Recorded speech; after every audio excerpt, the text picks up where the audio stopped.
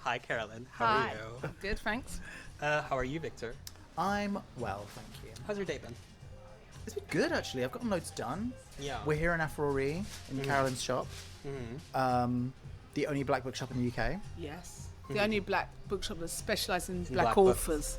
Yes. Oh, right, fine. Yes. Yeah, fair enough. You've been coming here for months and you've not learned this already? Yeah, Embarrassing. No, I do know. Embarrassing. I do know that. It is embarrassing, though. Yeah, I'll give you that. That is embarrassing. I just don't like to steal anyone else's credit because Yeah. I don't like also when people say, oh, we're the first, because we're not the first. Like, they're OGs that have gone before us. Okay. Why? Why don't we start there? So we're, like Victor was saying, are at Afrori. Can you give us the little history of the shop? Where did it come from? Where's the idea from? How long have you been here? Afrori is born out of frustration. I grew up not having any books with representation. I had kids. My kids grew up without really having easy access to those books, and we used to have to import them from around the world. And George Floyd was murdered, and I was just like, enough, just enough. Well, I need to do something more than March. Yeah. And I thought what I could do more than March is books, because books change the world. And so Afrori opened as an online bookshop in 2020. Got our first bricks and mortar space in October 2021. And then moved to this glorious, if you just could see, this building is so lovely. There'll be pictures. I Yeah, promise. it's just moved to this beautiful space in 2023. So Right. we've been here 3 years a week ago. Oh, wow. Really? Yeah. I just can't believe it's been that long. I remember coming to buy stuff when you were at your previous location, which wasn't. It was small and dark. It was like a It little was also a cave. different space. I actually Yeah. didn't think the space was bad. It was just that it was in a different space. Yeah. Yeah. Like, it wasn't just a bookshop. Do you No, know it what was I mean? someone's corridor. Yeah. Yeah. It was. We were just. It we didn't was- look like that. But No, was it kind of- didn't. We tried to make it look cool, but Yeah. it was what it was. But I remember coming I just in, can't like- believe it's been that long. It's been 3 years. I remember talking to you a few years back, actually, coming to that shop, and you were telling me about how you would do like dinners at yours with authors. Oh, yeah. And I remember, I think I bought a ticket for that, but I ended up not going. Oh. I'm sorry. I was like, it's fine. I gave you. I mean, sorry for you, because Actually, I did telling you, regret it. our supper clubs are they are things. It's probably one of my favourite. I said about everything, but it is one of my favourite things because 8 people, me and an author for dinner. Like, That's amazing, yeah. and there are authors who won't do it because they're like, no, that's Yeah, too up it's close and intimate, personal. Yeah. And the ones who have done it are just always like, oh my gosh, And do you Carolyn. cook? I cook. Yeah. I cook a 2-course Caribbean meal. Yeah. Are you still doing that? Yeah, sometimes we this takes a lot of time and capacity, obviously, Yeah. and lining up the authors. Publishers don't like them, right? Because publishers don't want their authors to come to an event where 8 people are going to Yeah. buy a book. Yeah. They want 80. Yeah. But what publishers don't understand is there's an incredible ripple effect from those events because people like fully buy into the FOMO. They love it because only 8 people can come. When it's gone, it's gone. And those 8 people love to boast that they went, Yeah. right? So they are all over their social media.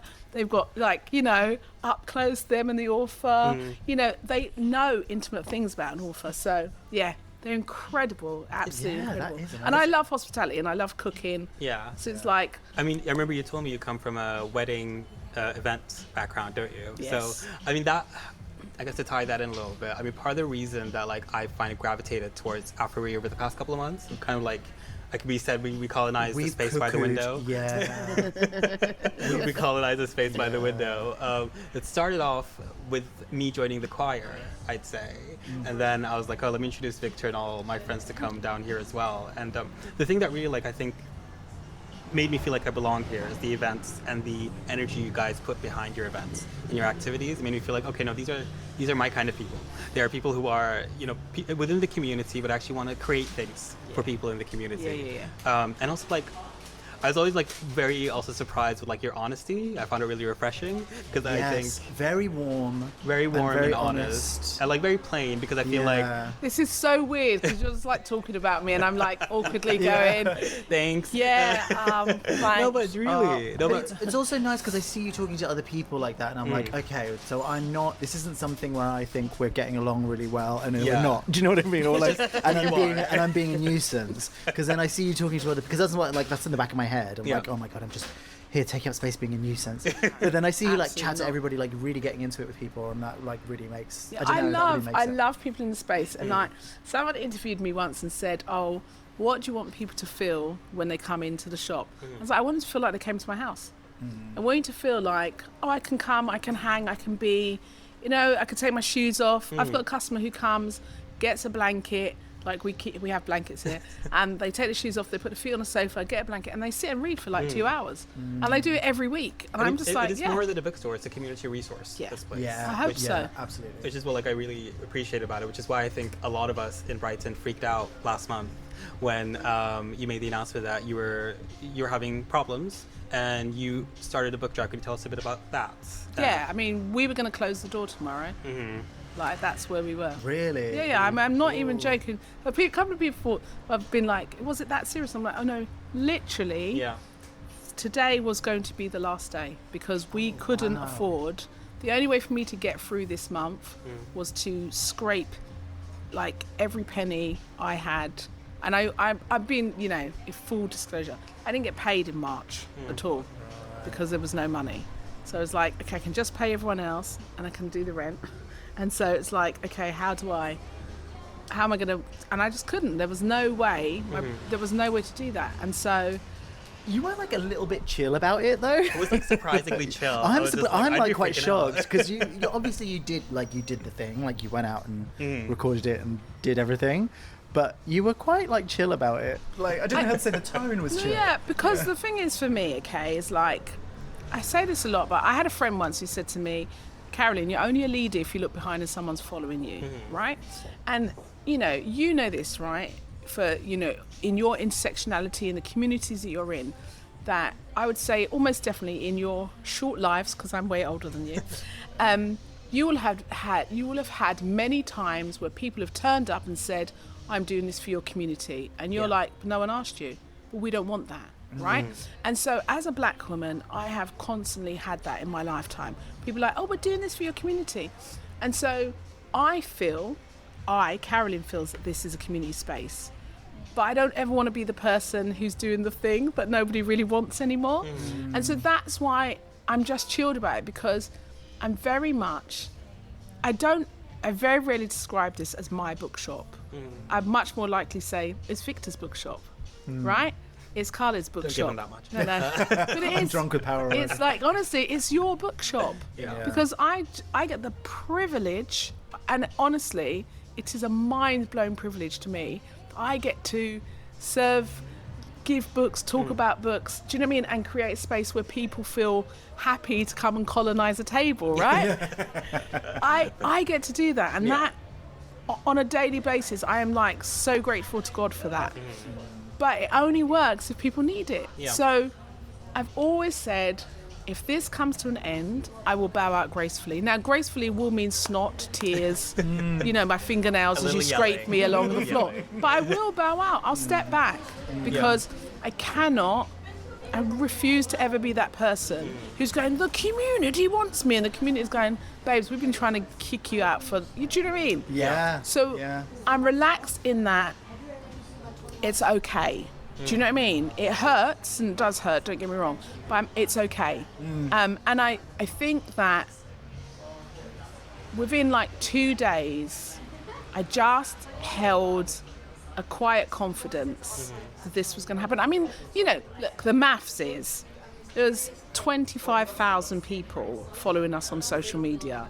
There was 6,500 people in our mailing list. And I was saying, can less than 1% of you please buy a book? So I think it's okay to be a bit confident that probably will happen. Would be achievable. Yeah, it's achievable. If it doesn't happen, then that is 100% the community is saying, hey, we don't need you anymore. And that's gutting, but that's okay. Do you know what I mean? I live in the day, so to speak. I'm not reckless, but, you know, I have got enough incredible stories, enough incredible memories.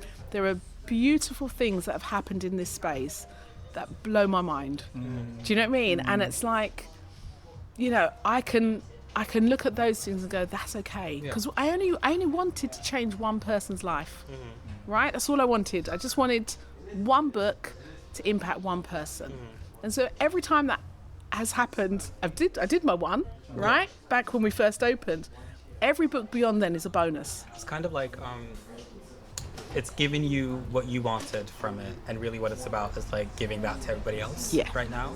I think it kind of worked as just a bit of a kick up the arse for people. Like for myself, I'll speak for myself. It was, I'd been sitting around, I'd been contributing a little bit by buying coffees, like a little, do you know what I mean? But not much. And then it was just like, oh yeah, I should actually buy a book. Like, do you know what I mean? And then I ended up buying a couple of books. Do you know what I mean? Like, I kind of feel like it was just a reminder to people, just like, oh yeah, this is here. Because I've seen it so much busier since the drive. And it's like, and it's just, I think it was just served as a reminder, really. And that is something you told me at the start of the month, I think, which is that really the impetus or like the energy behind this is that you want people to change their habits. Yes. As opposed to just like coming in to help with this one thing. And that's something I really related to, because a few years back, I could only finish my degree by doing GoFundMe. So I had to like reach out to my community. And that's like, I mean, there's something in what you were saying earlier about like I've done what I needed to do with this. There's like an element of pride in there, and like it is very much about saying like, okay, do you actually want this place to be here? And if so, then you have to show up, you have to be involved, you have to use it. So could you like talk a bit about that, about the change of habits? I mean, I think like, we could have done a crowdfund, right? Because actually, we would have got the money, right? We could have done a crowdfund, but what is the purpose of getting people to throw money at me? Right? I don't mean that in a do you mean? I'll take it. Yeah, I think what happens in the crowdfunding, people go, oh, here's my money, and then they put their hands up and go, did my bit, and they walk away. Yeah. But what I'm saying is, we live in this incredible city, and one of the things that makes Brighton incredible and unique and beautiful are the independent businesses. Without the lanes and the North Lanes, what is the point, right? And I'm sorry, I know I've said that wrong, because it's lanes and North Lane. Just so to get that correctly, yes, thank you. Oh, okay, thank apologies. You. I just think of it as like the cheaper one and the expensive one. Yeah, exactly. We all know that. Yeah, and so otherwise we're just like any other city, right? We're just Milton Keynes, aren't we? Yeah. But we're not. We're so not. And so, what I really wanted people to think about is, well, how do I shop? Why do I shop like that? I wanted people to think back to 2020 when they loved their independent businesses, when they recognised, the mum and dad businesses that kept coming out and got up in the snow and all of those kind of things, right? I wanted people to think about, what has happened to me? Why have I drifted away from the things that were actually high value to me? And I think that for me, the roaring success of this campaign is not the fact that we're staying open, although yes, amazing, we are staying open, but actually all the people that have come into the shop who I haven't seen for years. And I'm like, honestly, I've hugged so many people. Yeah. I'm like, oh my gosh, like, yeah. You get too often. Yeah. What about me though? Yeah. And the people who came into the shop and were like, oh, I've been following you on social media and meaning to come. And I had to check myself and go, why did I just mean to come? Let's actually do this. Let's, and that's what I wanted. And then I'm saying to people, people are leaving and they're like, oh, I think I'm going to go and get a latte or something like that. Yeah. I'm like, where? Where are you going to go? Go independent, right? Don't go to Costa, please. Right, yeah. Don't go to Starbucks, please. Right, yeah. And honestly, I feel like I've always wanted to be a revolutionary, let's be honest. And I think I am in lots of ways. But I feel like, in Brighton, we should be having a revolution. Like, Costa and Starbucks actually should go bankrupt. Yeah. Right? Yeah. We have enough coffee shops and enough passion for independence, especially in Brighton, right? Yeah. To make those places empty. Yeah. Do you know what I mean? And I'm not. I don't say this lightly. It grieves me when I walk past this space. I'm like, why are you sitting in there? Across the road, there's this lovely man who makes coffee that tastes better than that, costs less than that. Yeah. Why are you sitting in there? He actually needs your money. Right, exactly. Yeah. Walk across the road, and we know, like, statistically, that independent business, but particularly, go look up these stats, they're ridiculous, what independent bookshops and independent businesses do for local communities. The money stays in the community, right?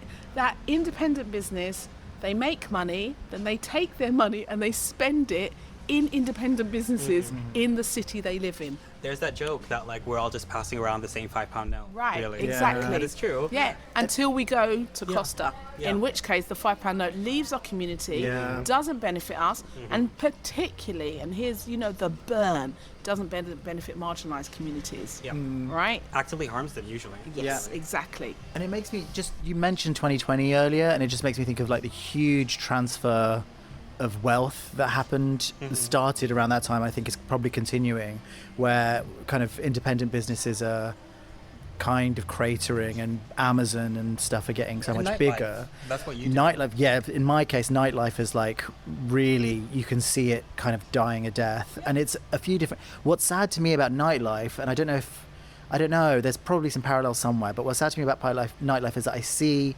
the kind of economy and kind of like affect the culture, if that makes sense. And it would be such a shame to kind of like younger people have kind of not learned how to go out. Yeah, totally. And I would be so kind of, it's such a shame to see that happen, with, even with reading, with, Totally. Yeah. And literally, I completely agree with you. The economics, the decisions that we're making, that you're making, young men in your 20s. 20s. You're so kind to me. You're very kind. Late 20s, okay? Very, very Yes, very, very. It's fine, it's okay. The decisions that you're making impact how the generation after you will live. Yeah. Right? They will literally not have a bar to go to, or do you know what I mean? A local spot. They won't experience an open mic, right?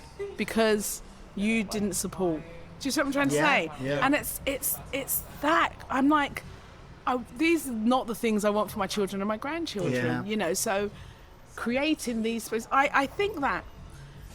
Afrori, I say this so often, old cliche, but it is more than a bookshop. Yeah. And I look and watch ideas formulate and form. I watch people connect, and I watch beautiful things happen. Like literally, I say this all the time, but there's a group in Brighton called Men of Melanin, and I had two different guys who were coming in and saying, "Why isn't there a group for like black and brown men in the city?" I'm like, "Hey, can I give you two each? Can I give you this guy's number? Give you this guy's number?"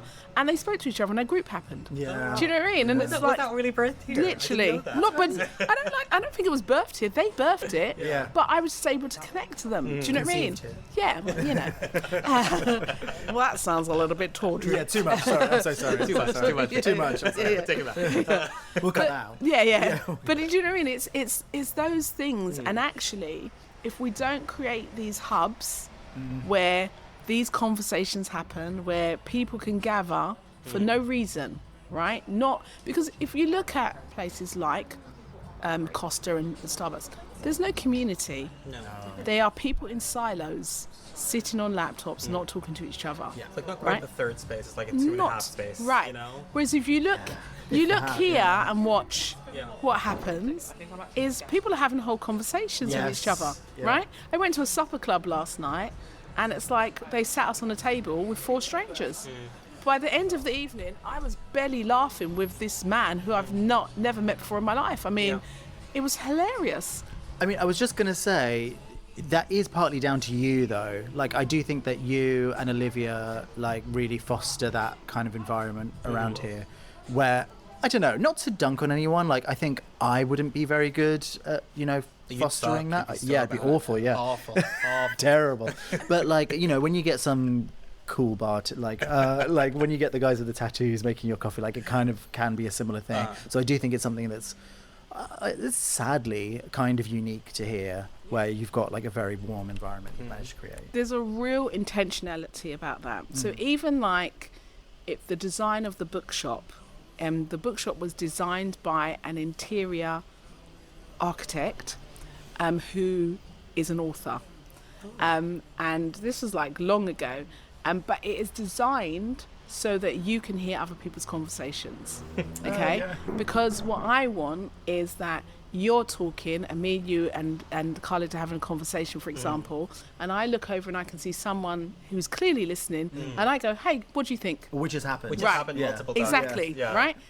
That is intentional, because when we talk about building community, that means somebody is building, right? Someone has to get their hands dirty.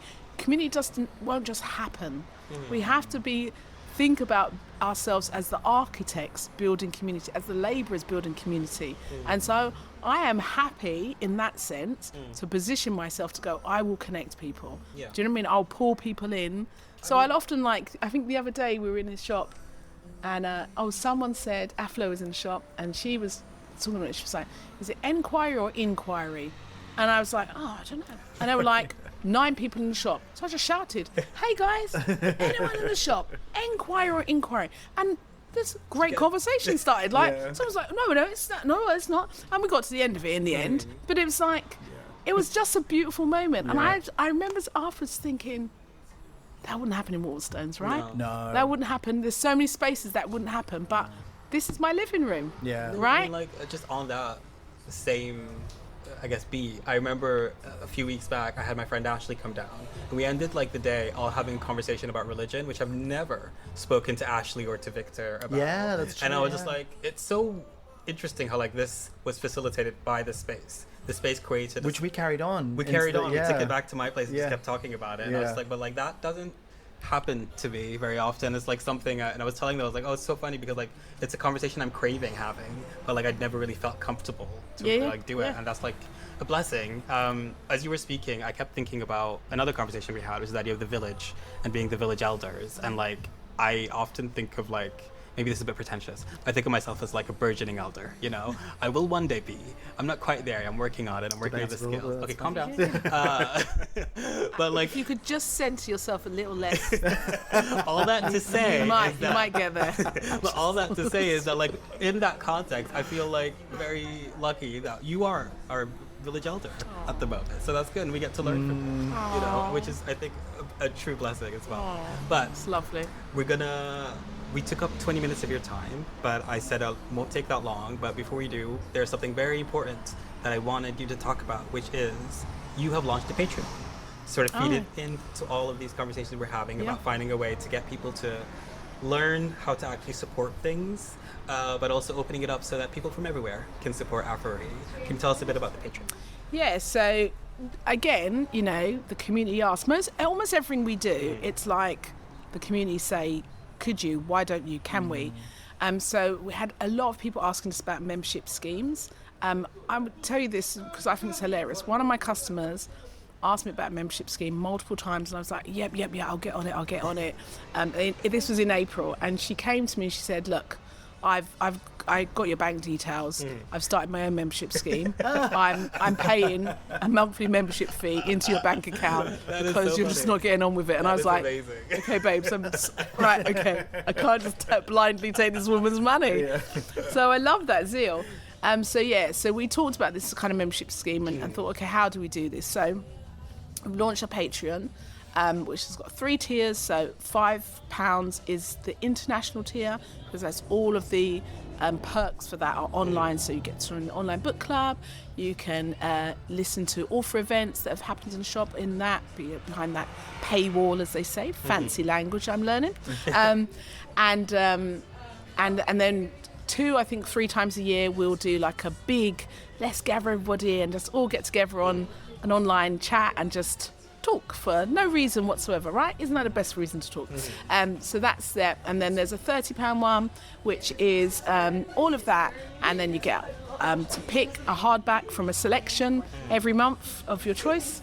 And then there's the £60 one, which is all of that and what we call a bookseller salon, which is basically a one-to-one with one of myself or Olivia, just really curating a very personal book list for you, and you get £100 worth of books free. That's a great idea. Yeah. That is great. And I know also you and I have been talking about certain things which we're not quite ready to say out loud. We're not going to say. Maybe tune in next week. You'll hear Watch something. this space. Watch this space. Something is coming. But yes, I will wrap that up by saying I think everybody listening right now should scroll over to the show notes and have a look at Afrori's Patreon, and then maybe take a second to look at our Patreon and support the gals, support the dolls, and we would support the doll. We'd be very, very, very, very thankful. Wait, am I a doll? No. Okay, you're just not. checking. No. You're an honorary doll. Okay. No, apparently I'm not. Don't go near it. No. No, I'm not. That's not for you. It's not for any of the three of us, actually. Okay. Support the girls. Support the girls. Okay, thank you. We're gonna go support the girls, yes. And yes, stay tuned for next week where we're gonna have something very, very exciting and special to share with you guys. But until then, should we say an over and out? Yeah, over and out. Over and out. Goodbye. Goodbye. Goodbye. Goodbye. Actually, no. You know what? Before I do that, I feel like this is a momentous occasion, so I'm going to get Champagne. No. I can't afford that. Cheapskate. I need y'all to join the Patreon. Champagne after you join the Asti Patreon. Spumante. Please do. No. Actually, Ginger beer. I'm here at the Black Bookshop with the Black Bookseller. I must get a book recommendation. Oh, Give yes. us one book recommendation. Kin has to be Kin. Tayari Jones. Okay, Like, that's the book of That's the right month. behind you. yeah, I mean that book will rock your world. Yes. It's phenomenal. Like, and it is, it's the book most I've ever seen a book spoken about on social media. I'm not talking about TikTok made me buy it. Yeah. I'm talking about people who are reading it and going, what the heck just happened to me? And what is beautiful is on Threads, if you're on Threads, is every time someone says that, Tayari answers them and says, come in for a hug, babes. That's so sweet. It is absolutely phenomenal. Yeah, I can't shake it off in any way, shape or form. And Tayari's here in Brighton at the Bookshop on the 27th of May. What is the next event at the Bookshop? The next event at the Bookshop is Jessie Bernard. Oh my gosh, it's going to be such a cool event. Escaping Babylon, the history of black music, British black music. Oh, I saw the- But looking at like the influences that Europe have had on British black music, no one talks about that. Yeah. And I love this. He's going to be interviewed by Jack Hutchcraft, who is he's a journalist and one of my favourite interviewers, actually. Amazing. Yeah. I love that. Okay, so Kin by Tayari Jones, and then Victor, you want to give me a recommendation for a book? Oh, what did I buy? I bought one here the other day. Oh no! Don't do this to me. I can't remember I told you I would do this yesterday. I can't remember. You did tell me, and I forgot. Pass. Can I just say though, like honestly, book memory loss is very common. You say to someone what you reading, and their brain goes, "I've never read. I don't know how to read. I'm dumb." Like literally, your brain goes through all of those processes. Well, I've just remembered. So I haven't started the books that I bought here. So I'm going to recommend a book with a white author. Oh no! I'm sorry, but it couldn't think of a single black author? so good. Well, it's what I'm reading right now. I can't think of any other book apart from this book that I'm almost finished. That I've almost finished. I mean, you could just like look around. I really do apologize. Okay. Give us But it is really good. It's Apocalypse by Lizzie Wade. Okay. Apocalypse by Lizzie Wade. Yeah, and it's about like how we're facing climate change now, how civilizations have faced apocalypses in the past, and how they've overcome it. So it's like a lot to do with archaeology, and it is really good. And I'm sorry that she's white. She lives in Mexico City. She's spicy by it. She's spicy. Yeah, by I'm it. sure she would apologize as well. And we all apologize. And I'm gonna throw out there, "The Day God Saw Me Is Black" by I forget the author's name, but that is a really, really, really good essay kind of collection about a young black queer woman's experience with religion and with drafting up her own definition and belief system that is revolutionary. Really good book. I have something to say. Sorry, maybe you could remember. The name of the author of the book I bought when I was here. 1,500. That's true. It was Black England was the name of the. Oh, Gretchen. Actually, just Google it. I've got my phone right Gretchen. here. Gretchen something. Hold on. Oh, Listeners. incredible book. Black England by Oh, Gretchen. hold on. I'm still opening Google. A massive bestseller last year. I still haven't read it. Which Oh, is why I you will blanked. love I it. just haven't started it. But I bought Black England by Gretchen. It's not. Is it Greta? No, it is Gretchen. Gretchen Gerzina. Ah, there you go. Okay. Yeah. Cool. Gretchen Gerzina. Nice. Okay, excellent. Thank Yeah. you. Thank you so much, Carolyn, for joining Thanks us for having me. on the third chair. And say goodbye. Bye-bye. Bye.